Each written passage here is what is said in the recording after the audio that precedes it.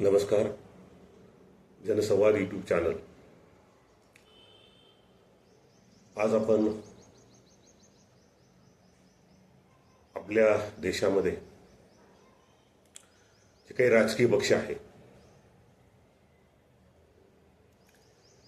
या राजकीय पक्षाचा जन्म, स्थापना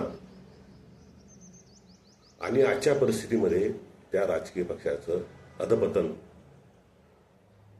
कशा पद्धतीनं झालं यावर आपण या ठिकाणी आज चर्चा करणार आहोत. 1887 मध्ये म्हणजे इंग्रजांचं राज्य होतं. भारतामध्ये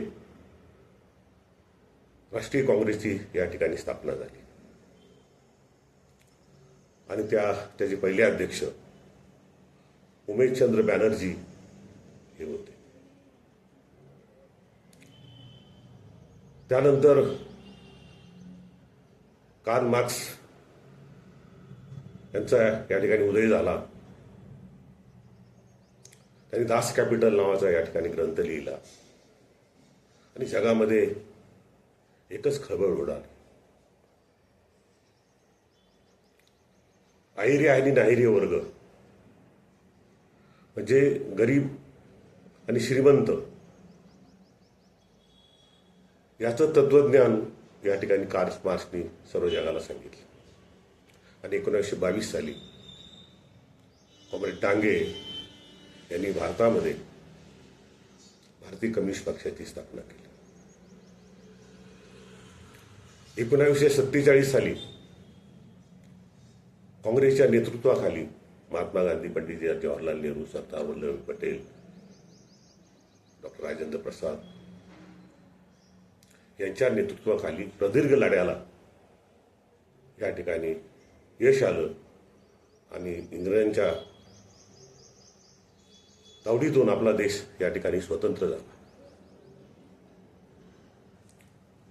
26 जानेवारी 1950 साली डॉक्टर बाबासाहेब आंबेडकरांच्या नेतृत्वाखाली जे संविधान तयार झालं ते संविधान आपण या ठिकाणी स्वीकारलं आणि 1952 साली या देशामध्ये पहिल्या निवडणुका झाल्या आणि पंडित जवाहरलाल नेहरू यांच्या नेतृत्वाखाली या देशामध्ये सरकार स्थापन झालं.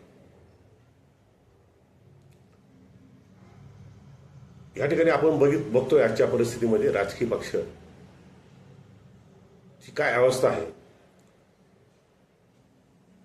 आपण एक बघितलं पाहिजे या ठिकाणी की मुळात राजकीय पक्ष या ठिकाणी जे काही स्थापन होतात त्याला विचार असतात, ध्येयवादाने पछाडलेले काही कार्यकर्ते असतात, ते एका विचारावर आयुष्यभर त्या ठिकाणी त्या पक्षामध्ये काम करतात. या ठिकाणी गेलेट, गिलख्रस्ट आणि ब्रुक हे जे जर्मन राज्यशास्त्रज्ञ होते त्यांचं असं म्हणणं आहे की राजकीय पक्ष एक विचार, एक संघटन घेऊन एक कार्यकर्त्यांचा समूह हे ध्येय गाठण्यासाठी जो वर्ग काम करत असताना एका विचारावर आधारित त्या पक्षाची स्थापना होते. तो पक्ष या ठिकाणी प्रदीर्घ काल या ठिकाणी टिकतो.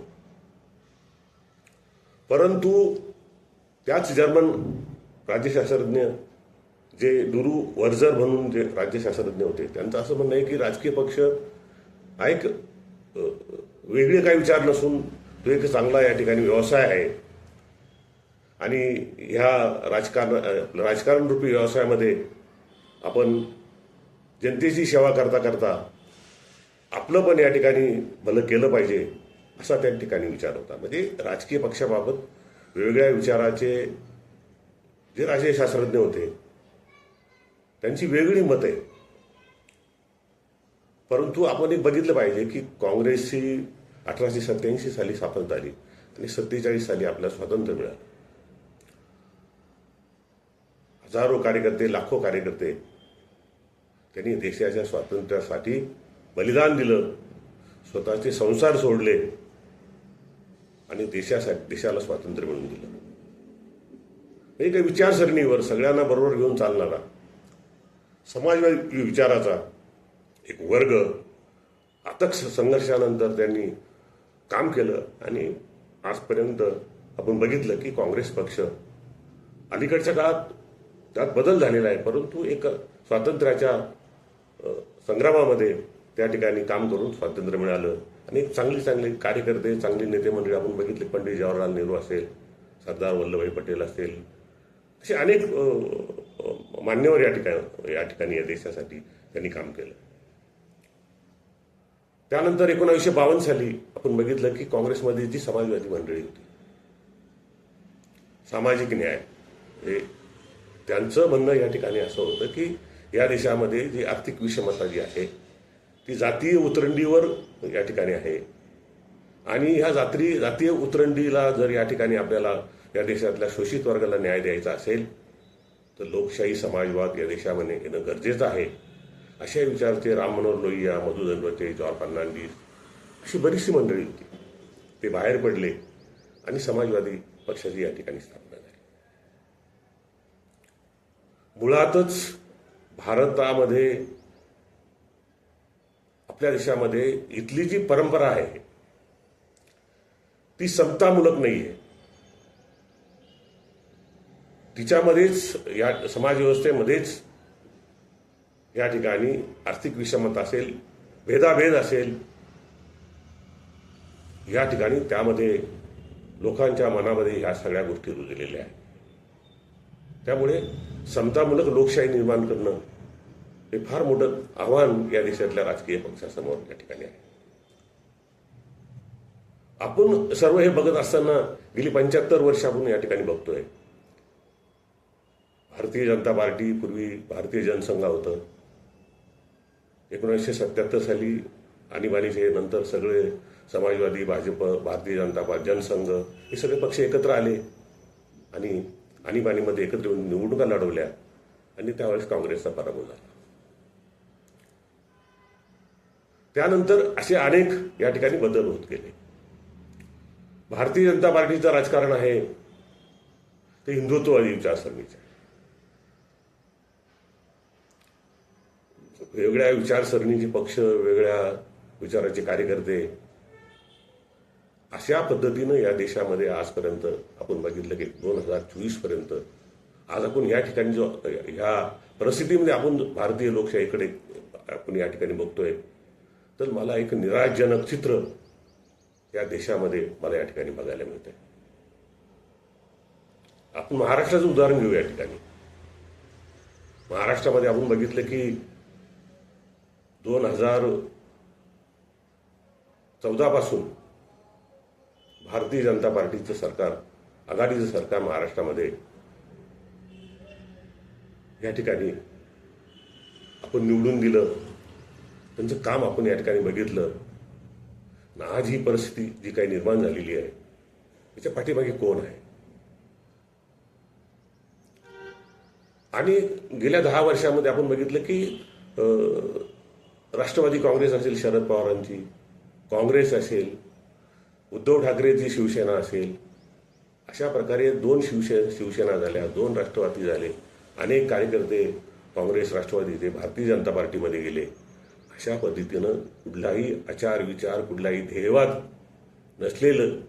नसलेली राजकीय पक्ष सत्तेसाठी या ठिकाणी एकत्र राहू लागली. आणि माझं तर म्हणणं असं आहे की ही आजकाल राजकीय पक्षांकडे विचारसरणीच राहिलेली नाही. आपण बघतो की आपल्या देशामध्ये नेता आणि जनता यांच्यामध्ये जो दुवा असतो तो दुवा हा एक कार्यकर्ता असतो आणि दोघांना एकत्र आणण्याचं काम हा कार्यकर्ता करत असतो. परंतु ती परिस्थिती आज राहिलेली नाहीये. तर माझं तर म्हणणं असं आहे की आपल्या राज्यामध्ये किंवा देशामध्ये हे राजकीय पक्ष नाही राहिले. आता ह्या सत्ता मिळवण्यासाठी ह्या टोळ्या निर्माण झालेल्या आहेत. आणि ज्यांची टोळी मोठी ते सत्तेवर. आपण बघितलं लोकसभेच्या निवडणुका झाल्या 2024 साली, नंतर विधानसभेच्या झाल्या. विधानसभेच्या निवडणुकाच्या अगोदर सरकारने ज्या काही योजना आणल्या, म्हणजे ह्या ठिकाणी अशा घटना मध्य प्रदेशामध्ये घडल्या की जनतेला सरकारच्या तिजोरीतून अधिकृत पैसे देऊन मतं घेणं हा फार मोठा धोका या देशातल्या लोकशाहीला आहे. मतं आपण आपल्या कामावर मागतो, मतं आपल्या विचारावर मागतो, मतं आपल्या काही या देशातली बेरोजगारी असेल, या देशातले शेतकऱ्यांचे प्रश्न असतील, या सगळ्या विचार आचारावर त्या ठिकाणी आपण मतदान मागत होतो.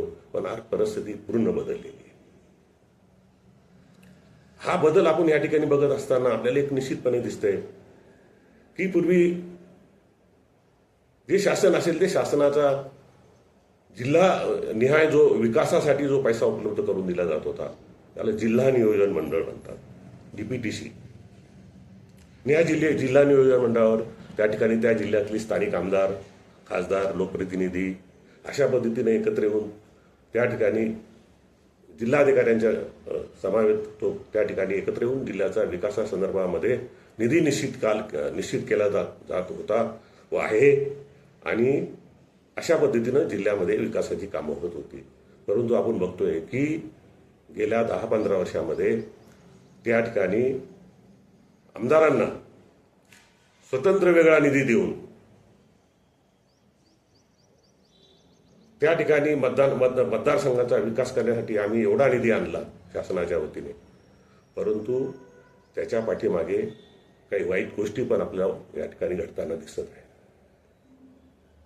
आपण बघितलं, बीडचं उदाहरण बघितलं. बीडची काय परिस्थिती आहे की त्या ठिकाणी शासनाच्या वतीने जे विकासात कामासाठी जे पैसे त्या ठिकाणी पाठवले जातात, परंतु ते ठिकाणी जे पैसे विकासासाठी पाठवलेले, जे योजनेसाठी पाठवलेले, त्या पैशाचा विनियोग तिथं न होता ते सर्व पैसे या ठिकाणी गिळंकृत करण्याचं काम आपल्याला ठिकठिकाणी या ठिकाणी दिसतंय.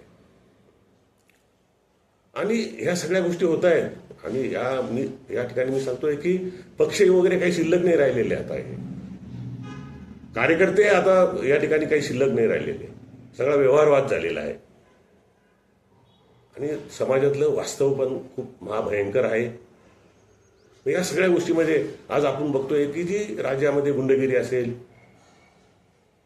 पैशाचा आर्थिक भ्रष्टाचार असेल, एक विचित्र परिस्थिती निर्माण झालेली आहे.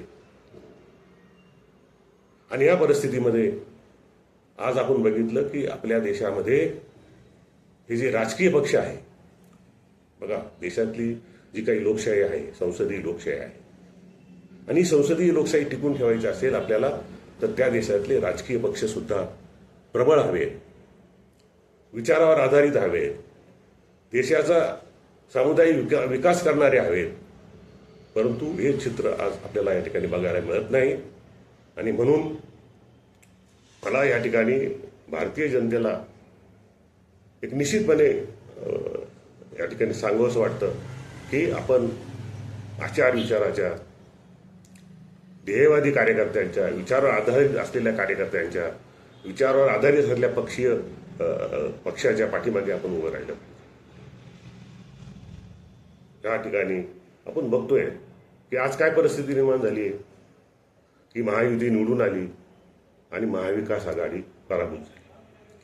महाविकास आघाडीमध्ये जे काही राजकीय पक्ष आहेत ते गलित गात्र झालेले आहेत. तुम्हाला 2-2.5-3 महिन्यामध्ये कोणीही घराच्या बाहेर पडायला या ठिकाणी तयार नाही. याचं कारण काय की कोणाकडे काही विचारच नाही ना. आम्हाला विचार घेऊन पुढे जायचंय, पुढे राजकारण करायचंय, लोकांना या ठिकाणी देशाचा विकास करायचा आहे, लोकांना न्याय द्यायचा आहे. अशा पद्धतीनं आचार विचार नसल्यामुळे ही संसदीय लोकशाही या देशातली आज आपल्याला या ठिकाणी दिसतंय की राजकीय पक्षांचं फार मोठं अधपतन आपल्याला या ठिकाणी बघायला मिळतंय. आणि याचा सारासार जनतेने आणि विचारवंतांनी सुद्धा या ठिकाणी विचार करावा आणि एक चांगल्या प्रकारच्या मार्ग दाखवण्याचं काम या देशातल्या बुद्धिवंतांनी, राज्यशास्त्रज्ञांनी करावं अशा प्रकारची विनंती मी या ठिकाणी करतो. जय हिंद.